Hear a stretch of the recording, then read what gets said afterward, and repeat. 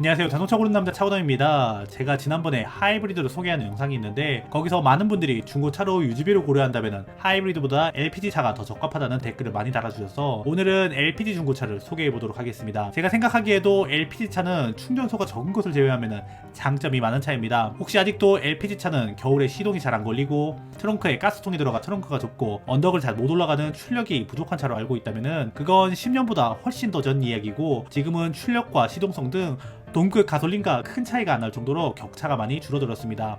오늘은 가성비 좋은 2천만원대 LPG 중고차 세대를 소개하고자 합니다. 우선 시작하기에 앞서 구독자 2만 명이 코앞입니다. 구독, 좋아요 한 번씩 눌러주시기 바랍니다. LPG 중고차를 소개하기 전에 LPG가 갖고 있는 장점에 대해서 간단하게 소개하도록 하겠습니다. LPG 엔진은 다양한 장점이 있는데 우선 첫 번째로는 뛰어난 내구성입니다. LPG에 들어가는 엔진은 대부분 택시로 활용되면서 내구성 검증을 마친 엔진입니다. 택시 기사님 피셜로는 2.0이든 3.0이든 대부분 30만에서 40만은 기본으로 찍는다고 합니다. LPG차가 내구성이 좋은 데는 몇 가지 이유가 있는데, LPG는 고급 휘발유보다 높은 옥탄가를 가지고 있어 엔진에 무리를 주는 노킹과 같은 부저가 적고, 압축비도 그렇게 높지 않아 실린더 안에서 연소가 고르게 일어납니다. 또 LPG는 이산화탄소가 많이 나오긴 하지만 그림이 거의 발생하지 않는 매우 청정한 연료로 시간이 지남에 따라 엔진의 성능을 떨어뜨리는 카본 누적이 적어 키로수에 따른 엔진 성능 열화도 적습니다. 그리고 아직도 포트 분사가 사용될 만큼 엔진의 구조도 비교적 단순하여 고장날 부분이 많지 않고 고장나더라도 정비 인프라와 전문 인력이 많아 쉽게 수리할 수 있습니다. 요즘 가솔린이나 디젤은, 특히 하이브리드는 매우 복잡한 메커니즘으로 움직이는데, 하이브리드에는 배터리와 모터, 그리고 제너레이터와 스타트 모터 같은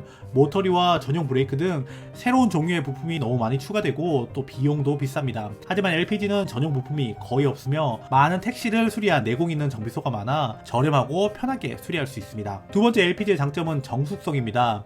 앞서 말씀드린 것처럼 엔진의 압축비가 높지 않고 단순한 방식이 사용되어 엔진에서 나오는 소음과 진동이 상당히 억제되어 있습니다. 지금은 하이브리드와 전기차로 인해서 좀 퇴색되었지만 가솔린보다 조용하고 진동이 적은 것은 LPG 엔진의 가장 큰 매력입니다. 세 번째는 저렴한 유지비입니다. LPG의 연료 가격은 가솔린의 50에서 60% 수준으로 LPG는 단위 딜량당 연량이 적어 출력과 연비가 떨어지지만 유류비가 저렴하기 때문에 전체적인 유지비는 대략적으로 가솔린의 3분의 2 수준입니다. 하지만 연비가 좋지 않아 자주자주 충전소에 가야 하는데, 내가 이동하는 동선에 꼭 충전소가 있어야 하고, 그리고 LPG 오너들은 공감하시겠지만 충전소 때문에 한두 번씩은 고생한 기억이 있으실 것입니다.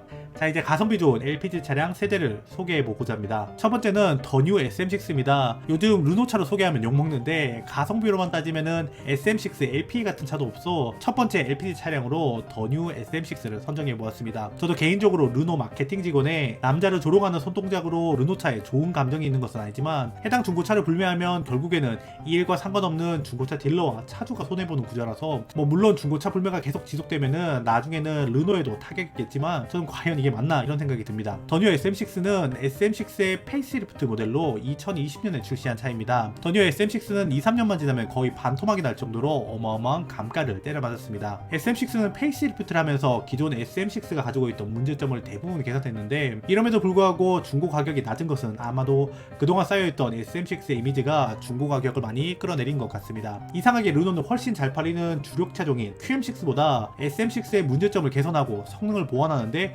집중해서 같은 연식이라면은 오히려 QM6보다 SM6가 사양상으로 몇몇 부분 더 나은 부분도 있습니다. SM6는 페이스리프트가 되면서 개선된 첫 번째 부분은 S링크가 빠지고 XM3에 적용된 이지링크로 인포테인먼트 시스템이 바뀌었습니다. S링크의 악명은 한 번쯤 들어보셨을 것입니다. 내비, 공조, 오디오 등 다양한 것을 센터 스크린을 통해서 조작해야 되는데 터치감이 좋은 것도 아니고 UI가 직관적인 것도 아니라서 에어컨 온도 조절을 하는 기본적인 것조차 두세 번의 터치를 해야 돼서 온도 조절을 하다가 황천길 가기 딱 좋다는 평가를 받았습니다. 하지만 이지링크가 적용되면서 드디어 공조장치 조작 다이얼이 물리적 버튼으로 빠지고 UI도 보다 직관적으로 변경되었습니다. 그리고 페이스리프트가 되면서 추가적으로 계기판도 풀 디지털 LCD가 적용되었습니다. 그 다음은 SM6의 가장 큰 문제점으로 지적받은 승차감이 개선되었습니다. AM링크라고 르노코리아에서 독자 개발한 후륜 서스펜션인데, 이 링크가 과속 방지턱이나 노면이 불규칙한 곳에서 최악의 승차감을 만들어냈습니다. 하지만 더 뉴 SM6로 넘어오면서 이 장치가 빠졌습니다. 물론 아직도 토션빔이 사용되고 있지만은 승차감 때문에 이 차를 걸러야 할 정도는 아닙니다. 그리고 마지막으로 자트코의 CBT 미션이 들어갔습니다. 이건 개선이 아니고 전 사양 LP와 동일한 사양이지만 SM6 하면은 DCT의 말타기 승차감을 생각하시는 분들이 많을 것 같아 추가로 설명드립니다. SM6 LP에는 자동 변속기와 유사한 느낌을 주는 자트코의 무단 변속기가 들어갔고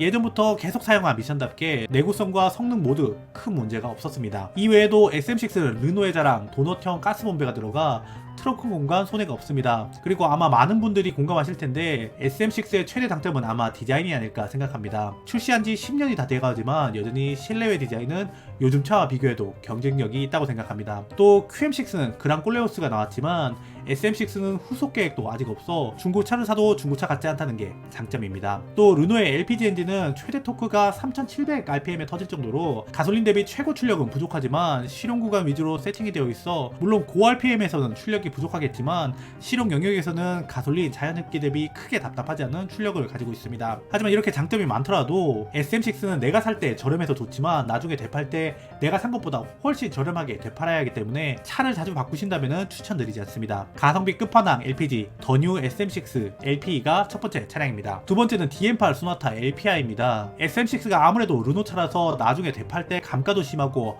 현대 대비 부족한 르노의 정비 인프라와 비싼 수리비가 마음에 걸린다면은 중고 가격은 좀 더 비싸지만은 그래도 가장 무난하게 검토할 수 있는 DM8 소나타 LPI가 있습니다. 물론 디자인이 마음에 안 든다면 K5도 있는데 K5가 찾는 사람이 더 많아서 그런지 중고 가격은 조금 더 높은 편입니다. DM8 소나타 LPI에는 스마트 스트림 2.0 LPG 엔진이 들어가 있습니다. 엔진 이름이 바뀌어서 새로운 엔진이라고 생각되실 수 있으나 전세대 LF 소나타에 들어가던 뉴 엔진의 개선된 버전입니다. 소나타에 들어간 다른 엔진은 완전히 새로 설계된 엔진인 반면 이 엔진은 뉴 엔진의 기본적인 틀은 유지하면서 전세대의 문제점과 효율을 개선한 버전입니다. 물론 새로운 엔진이 더 좋지만 새로운 엔진 초반에 발생하는 문제를 감안한다면 10년 넘게 택시로 활용되어 내구성 검증되었고 정비 내공이 있는 정비 사님도 많아 유지가 합리적인 이 엔진도 나쁘지 않습니다. 하지만 DM8 소나타로 넘으면서 LF 소나타 뉴라이드 대비하여 8마력 낮아진 146마력과 0.3토크 감소한 최대 토크 19.5의 동력성 등을 가지고 있습니다. 이때부터 현대에서는 숫자에 연연하지 않고 실용 구간 위주로 다시 세팅을 했고 효율도 많이 개선되어 기존 모델 대비 8.4% 향상된 10.3의 공인 연비를 가지고 있습니다. 변속기는 2010년대부터 사용하던 6단 자동 변속기가 장착되어 있습니다. DM8로 넘으면서 새로운 플랫폼이 적용되어 전장이 4.9m로 커졌습니다. 그래서 그랜저 IG보다 고작 3cm 작은 차체를 가지고 있고 차체가 늘어난 것보다 더 많이 휠베이스가 늘어났고 전고와 무게중심이 내려가 짧은 오버핸과 낮은 차체로 후륜구동을 떠올리는 날렵한 실루엣을 가지고 있습니다. 이런 측면부 실루엣 때문인지 전면부 디자인이 좀 더 아쉬운 것 같습니다. 무엇보다 이때부터 도넛형 가스본배가 들어가서 이제는 더 이상 트렁크가 좁아지는 LPG의 치명적인 단점이 개선되었습니다. 물론 가스본배가 스페어 타이어의 위치로 들어가면서 용량이 기존 72리터에서 64리터로 좀 줄어들긴 했지만 이 부분은 실보다 득이 많다고 생각됩니다. 그리고 조향 모터는 칼럼에 달려있는 CMDPS가 사용되었고 현대 최신 플랫폼답게 IIHS에서 가장 높은 등급인 TSP 등급을 받았습니다. 하지만 역시 가장 큰 문제점은 디자인과 버튼식 기어 시프터입니다. 매기를 닮은 전면부 디자인은 호불호가 좀 많이 갈리지만 저는 이제 계속 보다 보니 눈이 에이징 된 것 같은데 아직까지는 싫어하시는 분들이 많은 것 같습니다. 그래도 가솔린 모델에는 2021년식부터 센쇼스 그릴로 변경되는데 하이브리드와 LPI는 계속해서 초기 매기 그릴이 계속 사용된 점이 좀 아쉽습니다. 그리고 버튼식 기어 시프터는 적응에 시간이 조금 필요합니다. 이런 부분이 마음에 안 든다면 K5로 가시면 됩니다. DL3 K5는 소나타와 껍데기만 다를 뿐 거의 대부분의 부품이 동일합니다. 디자인 빼고 모든 게 준수한 DM8 소나타 LPI가 두 번째 차량입니다. 여러분 중고차도 좋은 게 많지만 신차와 같이 구매하시는 분들 많이 계시죠? 중고차도 좋은 차 고르기 어렵지만 요즘 신차를 사는 건 할인이나 카드 캐시백 등 숨어있는 혜택이 많아 더 어렵게 느껴지시는 분들도 많이 있을 거라 생각합니다. 신차 살 때 일일이 전화해서 혜택이나 견적 비교하지 말고 카랩에 다운받고 클릭만 몇 번 하면 전국 딜러들의 견적을 비교해보고 가장 저렴하게 신차를 살 수 있는 카랩을 통해서 이제 스마트하게 신차 구매하세요. 견적을 받아 비교해본 후 마음에 드는 견적을 선택해 상담받을 때 딜러에게 050 안심번호가 전달되기 때문에 불필요한 영업전화 걱정이 없고 차량 구매 시 필요한 금융 서비스, 자동차 보험, 신차 패키지와 타던 차량을 판매할 수 있는 내 차 팔기 서비스까지 모든 게 앱 하나로 할 수 있어 복잡한 신차 구매 게으르게 살 수 있습니다. 수입차는 기간별 할인 추이를 그래프 형태로 한눈에 확인해 볼 수 있어 최적의 구매 시기를 확인할 수 있도록 도와주고 카카오페이와 제이를 통해 통해 신차 구매 시 카드사 캐시백뿐만 아니라 카카오페이 추가 캐시백까지 받을 수 있는 카랩.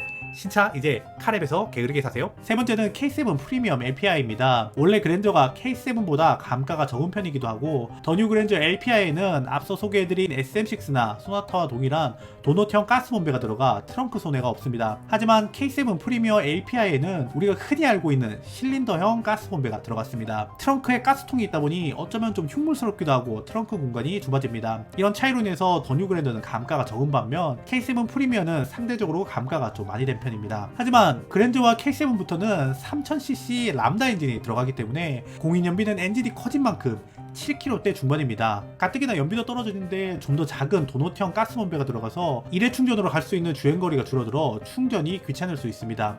그래서 2.0 모델에서는 도넛형 가스본배가 장점이 되겠지만 3.0 모델에서는 트렁크의 사용 빈도와 주행거리를 생각해서 결정이 필요할 것 같습니다. 그래서 무조건 도넛형 가스본배가 적용된 더 뉴 그랜저보가 낫다 이렇게 생각하기보다 상대적으로 감가가 많이 된 K7을 고려해보시는 것도 나쁘지 않다고 생각됩니다. 앞서 말씀드린 것처럼 K7 프리미엄에는 3.0 람다 LPI 엔진이 들어갑니다. 이 엔진 역시 HG 그랜저부터 쭉 사용하던 엔진으로 람다2 6기통 엔진의 완전 끝물 버전입니다. 그래서 개선을 거친 버전으로 이 엔진은 2010년대 초반 LPG 엔진에서 실린더 헤드볼트 풀림 문제로 문제가 된 적이 있지만 현재는 무상 수리도 진행되었고 프리미엄은 개선된 버전이 들어가 엔진에서 발생하는 이렇다 할 문제가 없습니다. 그리고 K7 프리미엄 LPI는 LPG 엔진의 최대 단점으로 지적받는 출력 문제가 3000cc 엔진이 들어가 연비는 좀 떨어지지만 235마력 28.6토크와 6기통 엔진이 더해져 부드러운 출력을 가지고 있습니다. 아무리 소나타가 좋아졌다고 해도 급 차이는 무시할 수 없는데 K7은 체급에 맞는 부드러운 하체 세팅과 6기통 엔진의 부드러운 회전 질감 그리고 부품과 소재도 소나타보다 훨씬 품질이 좋습니다. 그리고 우리에게 가장 익숙한 기어 스틱이 들어가 있어 버튼이 적용된 더 뉴 그랜저보다 장점이 될 수 있고 이 외에도 K7 프리미엄의 전면부 디자인이 호불호가 좀 더 적습니다. 2세대 K7은 LF 소나타 베이스로 만들어져 IIHS의 충돌 테스트를 대행하는 차체를 가지고 있습니다. CMDPS가 사용된 점은 아쉽지만 전장이 5m에 육박하는 큰 차체와 중고차 2천만원 초중반이면 살 수 있는 가격대 그리고 6기통의 부드러운 출력에도 불구하고 저렴한 유지비 또 내구성과 손쉬운 정비성까지 갖춘 K7이 세 번째 차량입니다. 네, 지금까지 영상 봐주셔서 감사하고 저는 다음 영상으로 찾아오도록 하겠습니다. 지금까지 보고 있다면 구독, 좋아요 한 번씩 눌러주시기 바랍니다. 감사합니다.